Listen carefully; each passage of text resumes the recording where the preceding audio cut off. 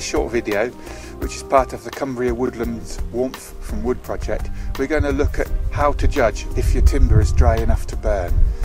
We know that if we burn our wood but it's still wet, it's going to waste half the energy, it's going to release particulates, cause tar, which has the potential to block up our chimneys and ultimately cause a chimney fire. We need to know how to estimate moisture content. There are a few indicators. Does it feel light? Does it have cracks on the end? Is the bark coming off? Has the sun turned it grey and weathered it? Of course, these are only indicators only, and to take the guesswork out you can use a moisture meter. These pin type moisture meters, and there are other types, measure electrical resistance across the pins and give you a percentage moisture content.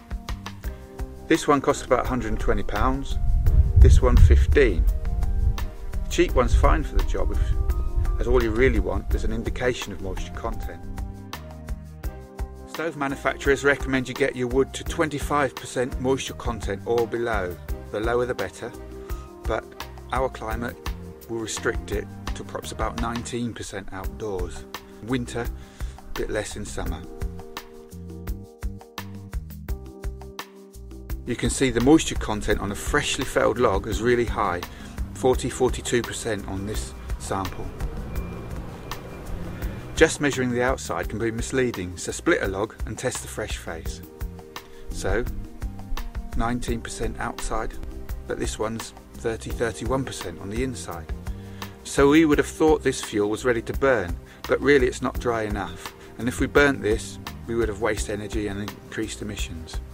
Once we've dried our logs, we need to keep them dry. So at the end of summer, if they're not under cover already, then bring them inside a dry shed. If they're left uncovered over winter, they will pick up moisture again. Don't try to dry your firewood indoors next to the stove, as this will encourage damp, poor indoor air quality, and it can catch fire if left too close to the heat source.